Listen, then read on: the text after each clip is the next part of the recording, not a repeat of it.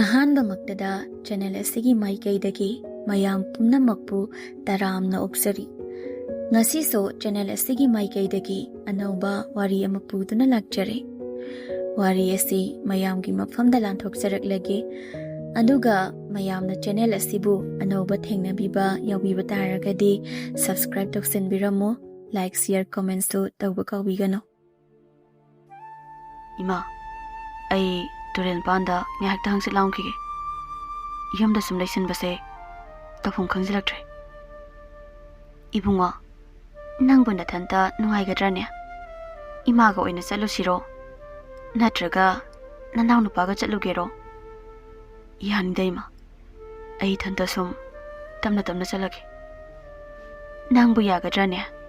ꯅꯈꯣꯡꯗꯨꯁꯨ ꯐꯖꯅ ꯐꯕ ꯅꯠꯇ꯭ꯔꯤ꯫ ꯌꯥꯅꯤꯗ ꯏꯃꯥ꯫ ꯍꯣꯏ, ꯑꯗꯨꯗꯤꯅꯦ ꯉꯥꯏꯍꯥꯛ ꯂꯩꯕꯒ ꯅꯅꯥꯎ ꯅꯨꯄꯥꯗꯣ ꯂꯥꯛꯍꯜꯂꯒꯦ, ꯑꯗꯨꯒꯅꯦ ꯃꯥꯒ ꯄꯨꯟꯅ ꯍꯦꯛ ꯍꯜꯂꯛꯃꯤꯟꯅꯔꯣ꯫ ꯍꯣꯏ ꯏꯃꯥ꯫ ꯌꯥꯏꯐꯕ, ꯑꯦꯛꯁꯤꯗꯦꯟ ꯊꯣꯛꯈꯤꯕꯗꯒꯤ ꯃꯇꯝ ꯀꯨꯏꯅ ꯋꯥꯈꯜ ꯇꯥꯗꯅ ꯂꯩꯔꯨꯔꯕꯅꯤ, ꯑꯗꯨꯒ ꯌꯦꯠ ꯊꯪꯕ ꯃꯈꯣꯡꯗꯨꯁꯨ ꯀꯥ ꯍꯦꯟꯅ ꯁꯣꯛꯈꯤꯕꯗꯒꯤ ꯆꯠꯄ ꯉꯝꯗꯗꯨꯅ ꯐꯅ ꯀꯨꯏꯅ ꯐꯃꯨꯡꯗ ꯌꯥꯇꯥꯗꯨꯅ ꯂꯩꯔꯨꯔꯦ꯫ ꯑꯗꯨꯕꯨ ꯉꯁꯤꯗꯤ ꯃꯍꯥꯛ ꯇꯨꯔꯦꯜ ꯃꯄꯥꯟꯗ ꯉꯥꯏꯍꯥꯛꯇ ꯄꯣꯊꯥꯒꯦ ꯍꯥꯏꯗꯨꯅ ꯃꯈꯣꯡꯗꯣ ꯇꯞꯅ ꯇꯞꯅ ꯊꯥꯡꯗꯨꯅ ꯂꯥꯛꯂꯤ꯫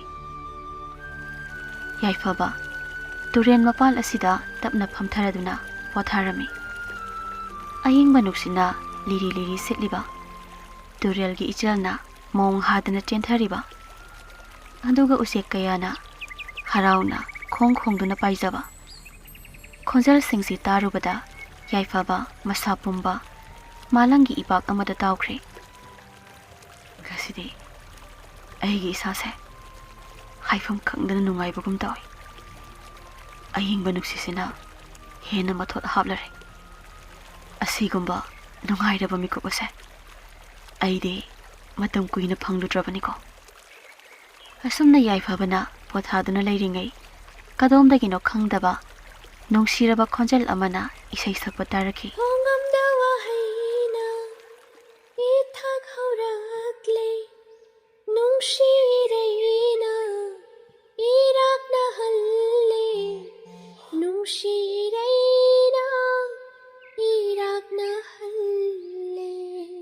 ꯈꯣꯟꯖꯦꯜ ꯑꯗꯨꯅ ꯃꯍꯥꯛꯄꯨ ꯄꯨꯛꯁꯨꯝ ꯁꯨꯝꯈ꯭ꯔꯦ꯫ ꯌꯥꯏꯐꯕ ꯇꯞꯅ ꯇꯞꯅ ꯂꯥꯛꯇꯨꯅ ꯈꯣꯟꯖꯦꯜ ꯑꯗꯨꯒꯤ ꯈꯣꯡꯒꯨꯜ ꯂꯤꯔꯛꯂꯝꯃꯤ꯫ ꯑꯁꯨꯝ ꯂꯥꯛꯄꯅ ꯎꯔꯦ ꯅꯨꯄꯤ ꯑꯃꯅ ꯏꯁꯩ ꯁꯛꯇꯨꯅ ꯂꯩꯔꯝꯂꯤꯕꯗꯣ꯫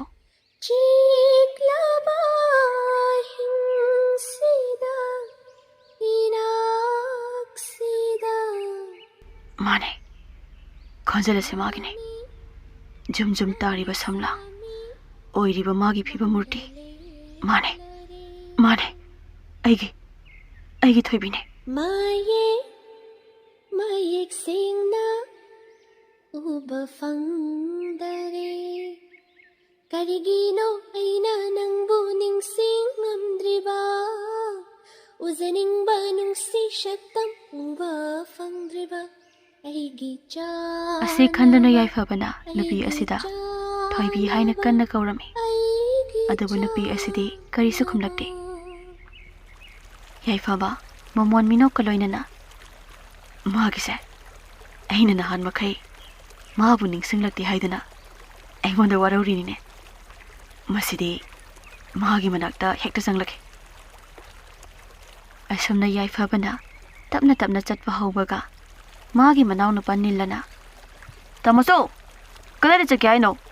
ꯂꯥꯛꯑꯣ, ꯌꯨꯝꯗ ꯍꯜꯂꯁꯦ, ꯅꯨꯃꯤꯠꯁꯨ ꯇꯥꯁꯤꯜꯂꯛꯑꯦ꯫ ꯌꯥꯏꯐꯕꯁꯨ ꯃꯅꯥꯎꯅ ꯀꯧꯔꯛꯄꯗꯨꯗ ꯇꯨꯡ ꯍꯟꯗꯨꯅ ꯌꯦꯡꯂꯒ, ꯅꯤꯂꯥ, ꯅꯪ ꯁꯤꯗ ꯉꯥꯛꯇꯪ ꯂꯩꯔꯝꯃꯣ, ꯑꯩꯅꯦ ꯑꯁꯤꯗ ꯃꯤ ꯑꯃꯇ ꯎꯅꯔꯛꯀꯦ꯫ ꯇꯥꯃꯣꯆꯧ, ꯀꯥꯏꯗꯩ ꯃꯤꯅꯣ? ꯀꯅꯥꯁꯨ ꯂꯩꯇꯅ꯫ ꯃꯅꯥꯎꯅꯨꯄꯥꯅ ꯑꯗꯨꯝꯅ ꯍꯥꯏꯔꯛꯄ ꯑꯗꯨꯗ ꯌꯥꯏꯐꯕ ꯃꯃꯥꯏꯗꯨ ꯂꯩꯊꯣꯛꯇꯨꯅ ꯌꯦꯡꯂꯨꯕ ꯃꯇꯝꯗꯗꯤ ꯀꯅꯥꯁꯨ ꯂꯩꯔꯝꯗ꯭ꯔꯦ꯫ ꯌꯥꯏꯐꯕ ꯃꯄꯨꯛꯅꯤꯡꯗ ꯑꯁꯨꯝꯅ ꯈꯟꯖꯩ, ꯑꯩꯈꯣꯏ ꯅꯅꯥꯎ ꯂꯥꯛꯄꯁꯤꯗ ꯏꯀꯥꯏꯗꯅ ꯆꯠꯈ꯭ꯔ ꯃꯥꯜꯂꯤꯅꯦ꯫ ꯍꯣꯏꯗ, ꯍꯌꯦꯡ ꯑꯣꯏꯅ ꯑꯃꯨꯛ ꯂꯥꯛꯑꯒ ꯋꯥꯔꯤ ꯁꯥꯟꯅꯕ ꯍꯥꯏꯗꯨꯅꯤ꯫ ꯑꯗꯨꯗꯒꯤ ꯃꯅꯥꯎ ꯅꯤꯜꯂꯅ ꯃꯈꯨꯠ ꯁꯝꯕꯤꯗꯨꯅ ꯃꯌꯨꯝꯗ ꯍꯟꯃꯤꯟꯅꯈ꯭ꯔꯦ꯫ ꯅꯨꯃꯤꯗꯥꯡꯒꯤ ꯃꯇꯝꯅꯤ꯫ ꯆꯥꯛ ꯇꯣꯛꯂꯗꯨꯅ ꯌꯥꯏꯐꯕ ꯐꯃꯨꯡꯗ ꯍꯤꯞꯊꯔꯦ꯫ ꯃꯕꯨꯛꯅꯤꯡꯗꯁꯨ ꯋꯥꯈꯜ ꯃꯋꯣꯟ ꯃꯋꯣꯟ ꯈꯜꯂꯛꯂꯦ꯫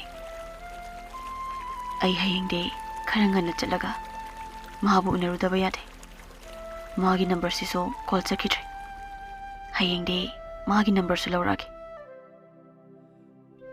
ꯃꯊꯪꯒꯤ ꯅꯨꯃꯤꯠꯇꯅꯤ ꯌꯥꯏꯐꯕ ꯃꯥꯒꯤ ꯋꯥꯀꯤꯡ ꯁ꯭ꯇꯤꯛꯇꯨꯒ ꯃꯈꯣꯡꯗꯣ ꯇꯞꯅ ꯊꯥꯡꯗꯨꯅ ꯇꯨꯔꯦꯜ ꯃꯄꯥꯟꯂꯣꯝꯗ ꯂꯥꯛꯂꯤ ꯑꯗꯨꯕꯨ ꯉꯁꯤꯗꯤ ꯊꯣꯏꯕꯤꯗꯣ ꯇꯨꯔꯦꯜ ꯃꯄꯥꯟꯒꯤ ꯒꯨꯔꯃꯣꯍꯣꯔ ꯄꯥꯝꯕꯤ ꯑꯗꯨꯒꯤ ꯃꯈꯥꯗ ꯐꯝꯗꯨꯅ ꯂꯩꯔꯝꯃꯤ ꯃꯗꯨ ꯎꯕꯗ ꯌꯥꯏꯐꯕ ꯍꯔꯥꯎꯅ ꯃꯥꯒꯤ ꯃꯅꯥꯛꯇ ꯆꯪꯂꯛꯂꯒ ꯇꯞꯅ ꯐꯝꯗꯔꯛꯏ ꯊꯣꯏꯕꯤ ꯌꯥꯝꯅ ꯏꯪꯅ ꯇꯞꯅ ꯌꯥꯏꯐꯕꯗ ꯌꯦꯡꯂꯒ ꯌꯥꯝꯕꯨꯡꯒꯤ ꯈꯣꯡꯁꯦ ꯍꯟꯗꯛꯇꯤ ꯌꯥꯝꯅ ꯐꯒꯠꯂꯦ ꯑꯩꯗꯤ ꯌꯥꯝꯕꯨꯡꯕꯨ ꯃꯐꯝ ꯑꯁꯤꯗ ꯑꯗꯨꯝ ꯉꯥꯏꯔꯒ ꯂꯩ ꯑꯗꯨꯕꯨ ꯌꯥꯝꯕꯨꯡꯗꯤ ꯉꯁꯤꯗ ꯑꯩꯒꯤ ꯏꯅꯥꯛꯁꯤꯗ ꯂꯥꯛꯄꯤꯔꯤꯕ ꯌꯥꯝꯕꯨꯡ ꯅꯪ ꯌꯥꯝ ꯐꯠꯇꯦ ꯑꯩꯕꯨ ꯌꯥꯝꯅ ꯋꯥꯍꯜꯂꯦ ꯌꯥꯏꯐꯕꯗꯤ ꯊꯣꯏꯕꯤꯒꯤ ꯄꯤꯛꯇꯛ ꯇꯧꯕ ꯇꯉꯥꯡꯂꯕ ꯆꯤꯟꯕꯥꯜꯗꯨꯅ ꯉꯥꯡꯂꯤꯕꯗꯨ ꯃꯨꯟꯅ ꯌꯦꯡꯂꯒ ꯇꯥꯔꯤꯕꯅꯤ ꯊꯣꯏꯕꯤ ꯑꯩꯗꯤ ꯅꯪꯅ ꯃꯐꯝ ꯑꯁꯤꯗ ꯉꯥꯏꯔꯝꯒꯅꯤ ꯍꯥꯏꯕꯁꯨ ꯈꯜꯂꯨꯗꯦ ꯃꯇꯝ ꯀꯨꯏꯅ ꯅꯥꯗꯨꯅ ꯂꯩꯔꯨꯕꯒ ꯈꯣꯡꯁꯤꯁꯨ ꯆꯠꯄ ꯉꯝꯗꯕꯅꯤ나 ꯌꯨꯝꯗꯒꯤ ꯍꯦꯟꯗꯣꯛꯄ ꯉꯝꯈꯤꯗꯕꯅꯤ ꯑꯗꯨꯕꯨ ꯍꯧꯖꯤꯛꯇꯤ ꯈꯔ ꯐꯔꯕꯅꯤ나 ꯍꯦꯛ ꯐꯕꯒ ꯅꯪꯒꯤ ꯅꯥꯛꯇ ꯂꯥꯛꯂꯤꯕꯁꯤꯗꯤ ꯑꯗꯨ ꯅꯪꯕꯨ ꯑꯩꯉꯣꯟꯗ ꯐꯣꯟ ꯇꯧꯔꯛꯄ ꯌꯥꯗꯕ꯭ꯔꯥ ꯌꯥꯝꯕꯨꯡ ꯑꯩꯗꯤ ꯐꯣꯟ ꯄꯥꯏꯗ꯭ꯔꯦ ꯌꯥꯝꯕꯨꯡꯅ ꯍꯦꯛ ꯑꯦꯛꯁꯤꯗꯦꯟ ꯊꯣꯛꯈꯤꯕꯗꯒꯤ ꯑꯗꯨꯝ ꯄꯥꯏꯈꯤꯗ꯭ꯔꯦ ꯑꯗꯨꯗꯤ ꯅꯪꯒꯤ ꯐꯣꯟ ꯑꯃ ꯂꯩꯔꯁꯤꯔꯥ ꯂꯩꯔꯣꯏꯁꯤꯗ ꯌꯥꯝꯕꯨꯡ ꯃꯗꯨꯒꯤ ꯃꯍꯨꯠ ꯅꯨꯡꯇꯤꯒꯤ ꯌꯥꯝꯕꯨꯡꯅ ꯃꯐꯝ ꯑꯁꯤꯗ ꯂꯥꯛꯄꯤꯕ ꯃꯗꯨ ꯈꯛꯇꯅꯤ ꯑꯩꯅ ꯄꯥꯝꯖꯕ ꯑꯩꯁꯨ ꯉꯁꯤꯗꯒꯤ ꯅꯪꯒꯤ ꯅꯅꯥꯛꯇ ꯑꯗꯨꯝ ꯂꯥꯛꯑꯗꯕꯅꯤ ꯑꯁꯨꯝꯅ ꯃꯈꯣꯏ ꯑꯅꯤꯅ ꯋꯥꯔꯤ ꯁꯥꯟꯅꯗꯨꯅ ꯂꯩꯔꯤꯉꯩ ꯃꯅꯥꯎꯅꯨꯄꯥ ꯅꯤꯜꯂꯅ ꯇꯥꯃꯣꯆꯧ ꯍꯥꯏꯅ ꯀꯧꯔꯛꯄꯗꯨ ꯇꯥꯕꯗ ꯊꯣꯏꯕꯤꯅ ꯌꯥꯝꯕꯨꯡ ꯃꯤ ꯂꯥꯛꯄ ꯃꯥꯜꯂꯦ ꯑꯩ ꯑꯃꯨꯛ ꯍꯟꯈ꯭ꯔꯒꯦ ꯍꯌꯦꯡ ꯑꯃꯨꯛ ꯊꯦꯡꯅꯔꯁꯤ ꯑꯗꯣ ꯑꯩꯈꯣꯏ ꯑꯅꯤꯒꯤ ꯋꯥꯔꯤꯁꯦ ꯌꯥꯝꯕꯨꯡꯅ ꯀꯅꯥꯗꯁꯨ ꯂꯤꯊꯣꯛꯄꯤꯒꯅꯨꯀꯣ ꯂꯥꯛꯏꯕꯁꯦ ꯑꯩꯈꯣꯏ ꯅꯅꯥꯎꯅꯤ ꯃꯥꯅ ꯈꯪꯕꯕꯨ ꯀꯩꯗꯧꯋꯦꯒꯦꯅꯦ ꯃꯁꯛ ꯐꯖꯕꯤ ꯃꯇꯩꯃ ꯑꯃ ꯐꯪꯖꯔꯦꯅ ꯍꯔꯥꯎꯖꯗꯣꯏꯅꯤ ꯍꯧꯖꯤꯛ ꯈꯪꯍꯟꯕ ꯌꯥꯗ꯭ꯔꯤ ꯍꯌꯦꯡꯋꯥꯏ ꯃꯇꯥꯡ ꯆꯥꯔꯕ ꯀꯥꯟꯗ ꯑꯣꯏꯅ ꯈꯪꯍꯟꯁꯦꯕ ꯑꯗꯨꯗꯤ ꯌꯥꯝꯕꯨꯡ ꯑꯩ ꯍꯟꯈ꯭ꯔꯒꯦ ꯍꯣꯏ ꯐꯖꯅ ꯆꯠꯂꯨꯀꯣ ꯅꯤꯜꯂꯁꯨ ꯂꯥꯛꯇꯨꯅ ꯃꯌꯥꯝꯕꯕꯨ ꯃꯈꯨꯠ ꯁꯝꯕꯤꯗꯨꯅ ꯆꯠꯃꯤꯟꯅꯈꯤ ꯅꯨꯃꯤꯗꯥꯡꯒꯤ ꯃꯇꯝꯅꯤ ꯌꯥꯏꯐꯕ ꯆꯥꯛ ꯇꯣꯛꯂꯗꯨꯅ ꯀꯥꯗ ꯆꯪꯂꯛꯂꯒ ꯄꯣꯊꯥꯗꯨꯅ ꯂꯩꯔꯔꯦ ꯃꯃꯥ ꯏꯕꯦꯝꯃ ꯃꯦꯝꯃꯁꯨ ꯆꯪꯂꯛꯇꯨꯅ 이붕아, 세, 히닥시 사토어시. 어허이마, 안도 히닥시부 kayam kuina chakidino ibo. Doctor na matam kharadi chakisi haibani. Hidak chabubu kaidawege isa pharaga loire. Se, tumnaba tawro. Imane kangkhanga se sembiram lage. Ohoima. Mema, machagi tumnaba sembiram laga thorakle. Aduga mana matam kuinadagi losinduna thamkraba yaifabaga lingjelga punna naminaba photoda yenglaga isa thoibe lingjel nangdi nangi yambungi matause yengba ngamloi khanduna aikhoi mayambu thadoktuna chatkhrabanine ko oh nungsida ichagi maithongse aina imau haina laknabado nungsiraba imauna ine haina kaubado takhidaba kuirene asomna me amana kaptuna leiringai nillana changlaktuna nene aina photo se yenglurano hairaga amuk yengaga kapalirame se photo do piro thamjingrage nillasi me amagi mabungi machani yaifabasu soktuna leibanina yumda matam khara leinaba lakhibani nilla kapliba mane me mabu themduna ine ngaside tamo chaugai se lingjelga gi wari do aingonda somta libiyo lirage taro lingjelga nangi tamo chauga se haumin kaminarakpa marupni matam ayambada makhoi ani adum pulli asumna haukraba wari singado liba horakli yambong tarakana haibane Loina chotle ba yambo. Adune, aingonda khanaba horkano haidraba. Chalo yumda, ningthina leramo. Leiroi, yumda oina chakhrage. Na yumda haiba nate, aiko yumda haiba, okay? Asumna makhoi ani na ngangna duna leiringai. Mi ama thoraktuna laurei. Hai, nakhoi ani gi amuk launa bidu haurabra. Haima, imau lingjel sidi loina chotle dana. Hai angauba, nangna tawbiri oiramni ne. Angang si loina chotle ne. Lingjel do peri peri machindusu pairap tawraga. Nene, yambungna ising saisilai ni. Yaifabade marega tingthoktana karimnari. Lingjel sumakut khudom bidu singlaga nang haiduna tawri. Lingjel lao lao na funeral do hongdo urasi ingbana loiramani isase. Asi hairam laga me amade imungda changkhre. Lingjel yaifabada amuk yenglaga ne asumna karimna duna lingjel su me amagi matung ina duna changkhre. Yaifabasu ingkolda hauriba mana masing singado ising sai thokpa loiraduna imungda changlakle. Ure mau amagi matawgum lingjelna ningthiraba phajaraba phijol setuna chak thongduna leiramlibado masinda isaisu ngangang duna chak thongli. Madu urabada yaifabade phungau ngaukhre. Atudagi amuk lingjelda yenglaga langnarei. Oi, mawunobi, ke sangno. Lingjel su yaifabana laknaraklibado khanglibani. Adubo karisu khumde. Yaifaba amuk so hairei. Oi, ai nai sitadro. Ke sang thongge habani ne. O umorok thonge, umorok. Yambungbu chaningdro. Haima, umorok neba. Anthokna hawn jadude.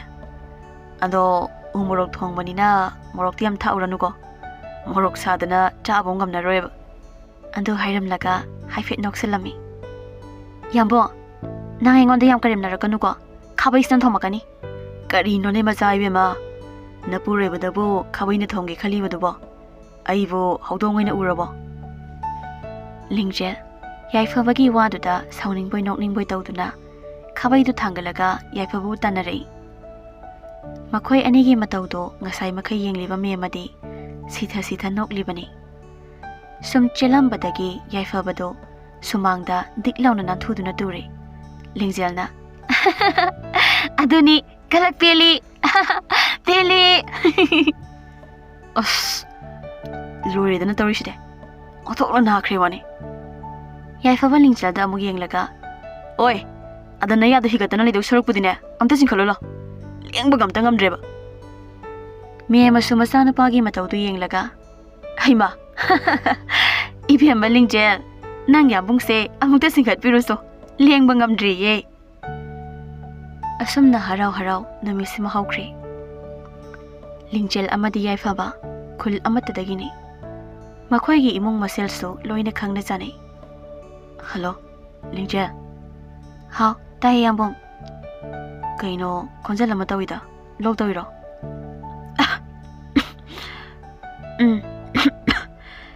Ngasaidagi isasisu khara sagale. Ado hidak di charabo. Chadri hanagi amta leiramdre.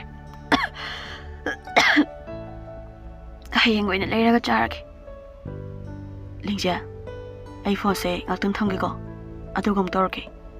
Oi. Yaifaba numidang duda magi gari machado thaudoktuna pharmacy tamna chatkre. Aduga hidak singdu leiraga Lingjel gi yamda laklaga call tawsili. Hello, Lingjel. Tabro. Tai yambong kai haige. Nangi thongnawdo amta hangdorone. Gasigi thabaldo amta yengoba. Aiso mapanda tha yengi. Yambo haksang nungai tabanina yeningba phaudeda. Yambong adum yengo. Thongnawdo amta hangdoroba. Thabal mangana nangbungai raga leire. Sasangdo kangamji. Yaifambagi wahaiduda Lingjel so karino khanduna thongnawdo satlauna hangdori. Lumduna leiramba yaifaba satlauna Lingjel gi mamangda songsilei. Lingjel do khangpre khangduna lawgi tawi. Adubu yaifabana machindu menduna aina ngasaina thongnaw sang doro haidro. Thabal se phajadro ngaside. Yam fazay. Furit litpasu kauraba male. Thaval sing asidi. Lingjel na adum na hairakpaduda yaifabasu masada yenglubada furit litlamdre. Thaval mangasa. Kharaga hena nganaba na furito lilakdraba. Se hidak silokselo. Nang naba yaba nate. Nang nasangamdabada wari sa nang khakta nate. Mizaw amasu leiri haibase kaunugo. Adudi ayum chakragi ko. Naba thuna faro. Aduga koiba chalunaba. Hidak tu piram laga yaifaba. Magi karido thauduna chatkre. Ayuki matamni. Lingjel tifin na mapaiduna lai. Madu ubada yaifabana. Lingjel, kaino nang na tifin purug laiduna. Kari mathena ne. Ahabo erzalo. Oh sidi haudong labagi natiye. Nene gine. Nene masangam de duda. Nene na chana ba purakpa. Pijo. Nane pokto pen hek pijo. Aduga ne. Na pure ba ibudi pija dadana yangsa kangal jarsano. Oh haudong labagi so yangsara iye. Adu boba kari matheno ba. Amta khangjaba yaridro. Inegina champhutka nga ayaibaga. Aduga haudong labagina jagem pongbaga yongsak singjuga. Okay. Asi airam laga lingjel imungda changkhre. Kanade. Masidi iruja thoraga fasana satharage. Lingjel mi emabu chak inbiri. Nene se sisiga sasan se. Ado chak se kharaga haptharakige. Yare. Oe. Nang yamungi oina yengbiruso. Lingjel chakhumda laktuna yaifabagi manakta tapna phamdaraklaga. Yambo haubra. Hawe. Se inbirage. Lingjel hoi haiduna mayado kathorei. Adobo chak inbigadra hairaga morok ama oina insilai. Lingjel machilndo paithoga chatkige tawi. Adobo yaifabana makhutu pharaga phagidobune se yado kathoba. Asumna lingjel da soin biduna makhoi ani chaminari. Yambo yare ai oeba. Yambo ngadam charo. Asumna matam khara haujinkre. Nongmagi namit amadani. Lingjel amadi yaifaba garden amada ngihak pothari. Lingjel ngasai gari do kadaino. Ai nangonda sibige. Lingjel sung gari do puthoraktuna yaifaba da pire. Yaifabana gari do season bire. Lingjel nang gari se pamaba. Pame. Yambong na leibiba khuding aigidi pamdaba karisu leite. Adudi chanaba torsira. Hoi. Ado yambong handaki Valentine day dadi soiduna koiba pubiyu ko. Kadai da chalu saino. Kausinai siyango. Aina nahana haikradudi. Hoi, chala loire ke dorage. Adudagidi makoyani gari thauduna lagle. Yambo gari samta khambiyo. Aiko ibimemgi asa pokhar lebikige. Hoi, asaida khamage. Gari do mafam chaba amata khamle. Aduga makoyani punna dukan aduda changlakle. Aduga achapot kharasu leiraga thorakle. Tanja sida kadomdagino khanghaudana yangna thorakpa gari amana makhoi ani bu thomki. Asamna wari lina me amadi kaptuna leiramle. Nillasu wari du tarubada thamoi sokre. Nene tose kharasu kauthopatamase. Thengi tumnaba torse. Mathangi namitani Ibemhal Psychiatric Hospital da Laimaga Dr. James Kado wari sanari Laimana Ibunga Doctor na kanna hotnabiduna isa se hanagi punsida hanjinba ngamle imai amna nungaire adoima hidak sidi matam khar sahan kisi magi se pungpha phabadi natri aduga yariba makhaidi awaba nungaitaba thodok natraga wari mangonda tahanbiganu matam kharadi ima hoina seksina senabiyo magi anabase thodo ama natraga amadagi hekta hanagum torokpasu yai hoi ima hoina so cheksina senage adudi ibungo doctor aikhoi amu hanabu tawrake hoi ma ꯅꯣꯡꯊꯜꯒꯤ ꯃꯇꯝꯅꯤ ꯌꯥꯏꯐꯕ ꯍꯥꯟꯅꯒꯤ ꯃꯇꯧꯒꯨꯝ ꯇꯨꯔꯦꯟ ꯃꯄꯥꯟꯗ ꯂꯥꯛꯇꯨꯅ ꯊꯣꯏꯕꯤꯒ ꯋꯥꯔꯤ ꯁꯥꯟꯅꯔꯤ ꯊꯣꯏꯕꯤ ꯅꯪꯅ ꯏꯁꯩ ꯁꯛꯄꯗꯣ ꯉꯁꯤꯗꯤ ꯌꯥꯝ ꯇꯥꯅꯤꯡꯉꯤ ꯑꯩꯕꯨ ꯑꯃꯨꯛꯇ ꯇꯥꯍꯜꯂꯨ ꯅꯅꯥꯛꯁꯤꯗ ꯑꯩ ꯄꯣꯊꯥꯒꯦ ꯌꯥꯝꯕꯨꯡꯅ ꯇꯥꯅꯤꯡꯂꯕꯅꯤꯅ ꯑꯩ ꯁꯛꯂꯒꯦ ꯌꯥꯝꯕꯨꯡ ꯉꯥꯏꯍꯥꯛꯇꯪ ꯇꯨꯝꯊꯕ ꯌꯥꯕ꯭ꯔꯥ ꯌꯦꯡꯕꯤꯔꯣ Mami, mami sami, mangdale plare. ꯏꯁꯩ ꯇꯥꯅ ꯇꯥꯅ ꯌꯥꯏꯐꯕꯗꯤ ꯑꯗꯨꯝ ꯇꯨꯝꯊꯈ꯭ꯔꯦ Mayek singna, uba fangdare. Karigino aina nangbu ningsing ngamdriba. Uzaning ba nungsi shatam uba fangdriba. Aigi chanava, aigi chanava, aigi chanava. ꯁꯣꯝꯗ ꯅꯤꯜꯂꯁꯨ ꯌꯥꯏꯐꯕꯕꯨ ꯀꯧꯗꯨꯅ ꯂꯥꯛꯂꯤ ꯎꯔꯦ ꯌꯥꯏꯐꯕꯅ ꯇꯨꯝꯗꯨꯅ ꯂꯩꯔꯤꯕꯗꯣ ꯅꯤꯜꯂ ꯆꯦꯟꯁꯤꯜꯂꯛꯇꯨꯅ ꯌꯥꯏꯐꯕꯕꯨ ꯍꯧꯗꯣꯛꯂꯤ ꯇꯥꯃꯣꯆꯧ ꯁꯦ ꯍꯧꯒꯠꯂꯣ ꯌꯨꯝꯗ ꯍꯜꯂꯁꯦ ꯇꯥꯔꯕꯣ ꯇꯥꯃꯣꯆꯧ ꯌꯥꯏꯐꯕ ꯃꯤꯀꯞ ꯊꯣꯛꯂꯛꯇꯨꯅ ꯀꯣꯌꯦꯡ ꯌꯦꯡꯂꯤ ꯑꯗꯨꯒ ꯊꯣꯏꯕꯤ ꯊꯣꯏꯕꯤ ꯍꯥꯏꯅꯁꯨ ꯀꯧꯔꯤ ꯇꯥꯃꯣꯆꯧ ꯀꯅꯥꯅꯣ ꯊꯣꯏꯕꯤꯌꯣ ꯁꯤꯗ ꯑꯩꯒ ꯍꯧꯖꯤꯛꯇ ꯋꯥꯔꯤ ꯁꯥꯟꯅꯔꯒ ꯂꯩꯔꯝꯕꯅꯦ ꯃꯥꯅ ꯑꯩꯕꯨ ꯏꯁꯩ ꯁꯛꯇꯨꯅ ꯇꯥꯍꯜꯂꯝꯕꯅꯦ ꯑꯩꯅ ꯂꯥꯛꯄꯗꯗꯤ ꯀꯅꯥꯁꯨ ꯂꯩꯔꯝꯗꯦꯅ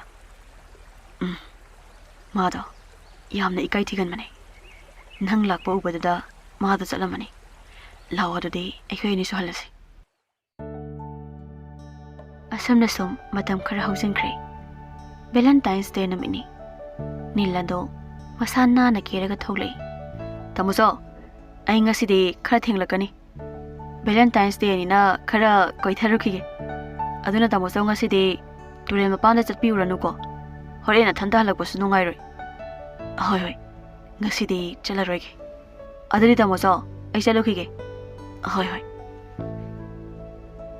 ꯅꯨꯃꯤꯠꯇꯨ ꯃꯦꯝꯃꯁꯨ ꯊꯕꯛ ꯑꯃ ꯆꯠꯊꯣꯛꯈꯤꯕꯅ ꯌꯨꯝꯁꯤꯗ ꯌꯥꯏꯐꯕ ꯃꯊꯟꯇꯅꯤ ꯂꯩꯔꯤꯕ ꯇꯟꯖꯥꯁꯤꯗ ꯃꯥꯅ ꯇꯠꯇꯅ ꯇꯥꯕ ꯏꯁꯩꯗꯣ ꯑꯃꯨꯛ ꯇꯥꯔꯛꯂꯦ ꯏꯁꯩꯗꯨ ꯍꯦꯛ ꯂꯦꯞꯈꯤꯕꯒ ꯌꯥꯏꯐꯕꯅ ꯌꯦꯡꯊꯣꯔꯛꯄꯗ ꯊꯣꯏꯕꯤꯗꯣ ꯃꯥꯒꯤ ꯅꯥꯀꯟꯗ ꯂꯦꯞꯂꯒ ꯂꯩꯔꯝꯃꯤ ꯊꯣꯏꯕꯤ ꯅꯪꯗꯤ ꯀꯃꯥꯏꯅ ꯁꯤꯗ ꯂꯥꯛꯏꯕ ꯌꯥꯝꯕꯨꯡꯅ ꯇꯨꯔꯦꯟ ꯃꯄꯥꯟꯗ ꯂꯥꯛꯇꯕꯗꯨꯗ ꯑꯩ ꯑꯣꯏꯅ ꯂꯥꯛꯏꯅꯦ ꯑꯗꯣ ꯂꯥꯛꯑꯣ ꯑꯩꯈꯣꯏ ꯑꯅꯤ ꯑꯁꯤꯗ ꯆꯠꯂꯨꯁꯦ ꯑꯗꯨꯒ ꯐꯣꯇꯣꯁꯨ ꯀꯥꯞꯄꯤꯌꯣꯕ ꯉꯁꯤꯗꯤ ꯑꯁꯨꯝꯅ ꯃꯈꯣꯏ ꯑꯅꯤ ꯇꯨꯔꯦꯟ ꯃꯄꯥꯟꯗ ꯂꯥꯛꯂꯦ ꯑꯗꯨꯒ ꯊꯣꯏꯕꯤꯅ ꯄꯣꯁ ꯃꯌꯥꯝ ꯑꯃ ꯇꯧꯔꯒ ꯐꯣꯇꯣꯁꯨ ꯀꯥꯞꯂꯤ ꯑꯗꯨꯒ ꯍꯔꯥꯎꯅ ꯃꯈꯣꯏ ꯑꯅꯤ ꯅꯣꯛ ꯅꯣꯛꯇꯨꯅ ꯋꯥꯔꯤ ꯁꯥꯟꯅꯔꯤ ꯌꯥꯝꯕꯨꯡ ꯂꯥꯛꯑꯣ ꯑꯩꯅ ꯅꯪ ꯐꯖꯕ ꯃꯐꯝ ꯑꯃꯗ ꯄꯨꯕꯤꯒꯦ ꯑꯁꯤ ꯍꯥꯏꯗꯨꯅ ꯌꯥꯏꯐꯕ ꯊꯣꯏꯕꯤꯅ ꯄꯨꯕ ꯃꯐꯝꯗ ꯂꯥꯛꯂꯦ ꯌꯥꯝꯕꯨꯡ ꯇꯨ ꯌꯦꯡꯉꯨ ꯁꯤꯁꯦ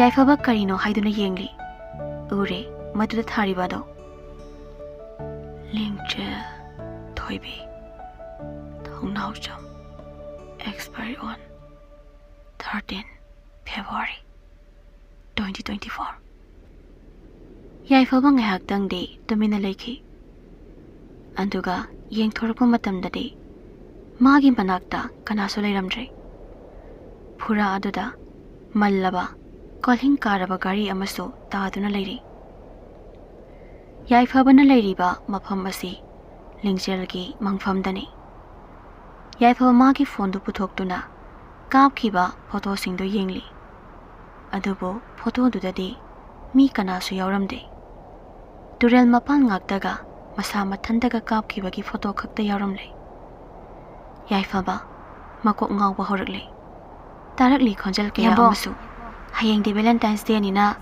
ꯁꯦꯟꯗ꯭ꯔꯥꯗ ꯀꯣꯏꯕ ꯄꯨꯕꯤꯌꯨꯀꯣ ꯌꯥꯝꯕꯨꯡ ꯌꯥꯝꯕꯨꯡ ꯑꯗꯨꯗꯒꯤ ꯌꯥꯏꯐꯕ ꯈꯣꯟꯖꯦꯜ ꯍꯧꯅ ꯂꯥꯎꯔꯝꯂꯒ ꯑꯗꯨꯝ ꯋꯥꯟꯊꯈ꯭ꯔꯦ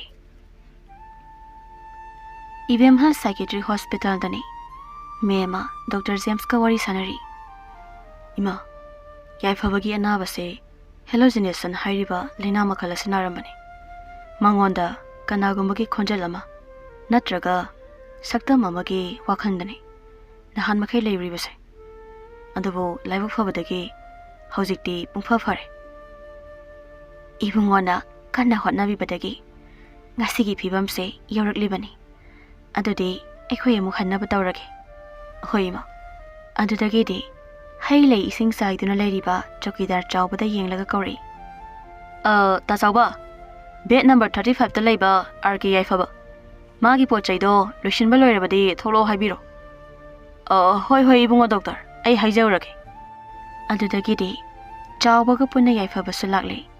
Yaifaba doctor da yengduna. Adudi doctor. Ayung chaluki. Pare. Ado nang hidak singsidi changna na chasiko. Aduga marak-marakta sidi hekta koithoro. Hoi doctor. Asumna yaifaba amadi mema makhoi ani gari tongduna lambida halai. Tanja sida mana tattana takiba isaidumak amukshu tari.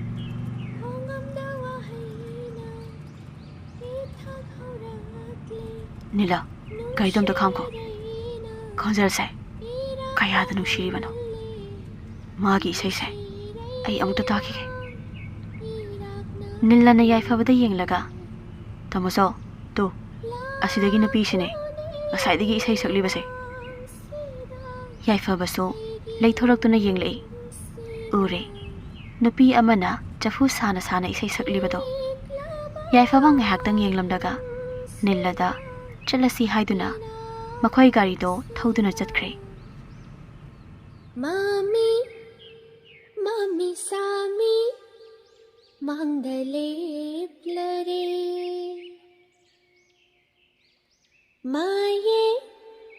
Mayek singna uba fangdare.